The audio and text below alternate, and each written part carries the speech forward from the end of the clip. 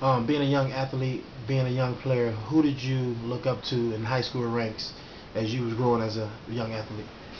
In my younger days, as a freshman, I had a lot of guys that I looked up to, but one of the guys that influenced me a lot was my cousin Dino2. Um, he actually played football for Central. He was a senior when I was a freshman. Um, he really helped me out as far as keeping me grounded, telling me what to do, and I'm really thankful he did that.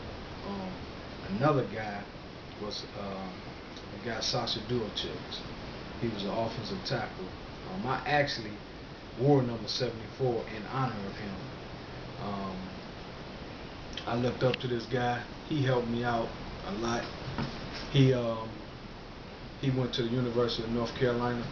He was one of the top signees at Central had. That's when it's groundbreaking years of East Chicago Central. He was one of the first guys to go Division One.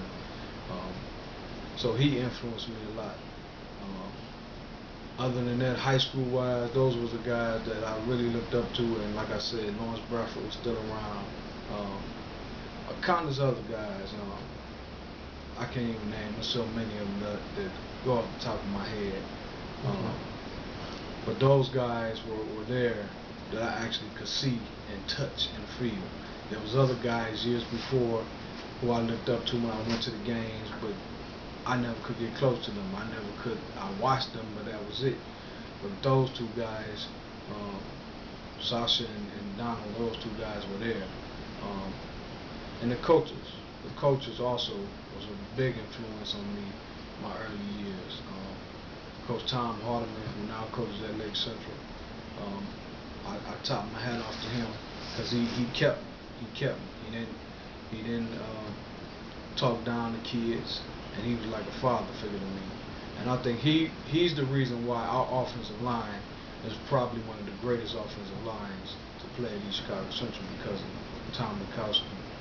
And when we were there, Tom Mikowski, Sanford Span, Jermaine Wright, who passed away, um, and myself, um, and Bernie Vera. We stayed together from freshman year, sophomore year, junior, and senior year. We was together, so we were one unit. And then you throw in Condor Ransford, and then bam, there you have it. You have one of the top offensive lines that was put together. But yeah, those guys, those two guys when I was a freshman really kept my head and to let me know that I was a football player. Because a lot of people don't know it, I was a basketball player all the way up to my freshman season. And after that freshman season, I got my feet wet playing football. I put the basketball down and I picked up the helmet and the shoulder pads. And that's where I've been ever since. Okay, so after your freshman season, y'all lose one game. Now you're going into let's kind of go into your next 2 years and how you prepared as a sophomore and as a junior. My sophomore year was a learning period for me because I had the big head coming off my freshman season because we only lost one game, and everything that we did our freshman season, a lot of guys got the big head, so a lot of us didn't work hard, but the ones that worked hard um, came into that next season with an open slate because Central introduced a new head coach, which was Dave Yagowski. Coach Neely was not rehired my sophomore year. Coach Yagowski came in my sophomore year with the college frame of mind, with something that we needed. And in the future, um, you'll see that everything that he did. But my sophomore year was a learning season for me. Um, I played strictly JV my sophomore year. I was a bag up center on varsity. I got in a couple games for mop-up work, of course. Played a couple special teams, and that was it. But it was a learning experience for me. My junior year started the rebuilding of what I call my football years because I started going to camps. Um, Coach E started putting more time into the offensive line. Coach Hardiman, like I said, great influence.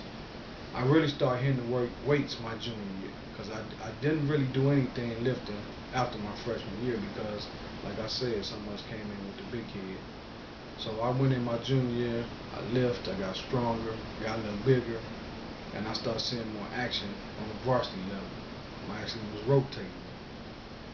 I was fortunate to play on that offensive line who had 2,000-yard rushes. Alfonso Robinson being one, and Martel Payne France was the other. That's a good point, because your junior year you guys went 4-6. With those kind of numbers, kind of tell us what went wrong into you guys not having won a season that year. That year was a season where we had a lot of young guys in a lot of key positions. Also, there was a changing of the guard. A lot of the juniors and the sophomores were still growing, because it was a year where we had one of our toughest schedules. We had a very tough schedule that year.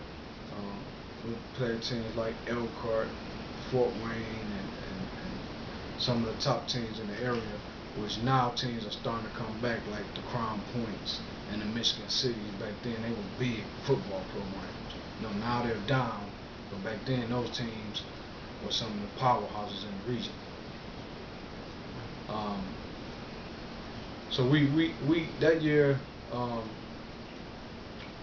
Coach Richards came in, of course, and we had a new defensive frame of mind. He brought in this new attack style defense where he wanted everybody quick off the ball, and it was a learning process.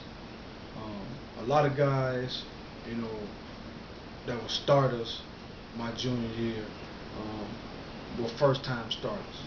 So it was a lot of learning process for a lot of those guys. The underclassmen, we had a lot of underclassmen starting, a lot of juniors and a couple of sophomores. So it really changed the learning curve as far as the players making an impact. But 4-6, it was a down year, but to us it was a winning season, because it was another win than the previous season. And you could tell the team was growing. The team was getting better and better every game. We had a couple games where we just got outplayed. The coaches had a great game plan, but the players just outplayed us. We didn't know how to win, but that season taught us that we saw how other teams put teams away, and that's what we learned how to win.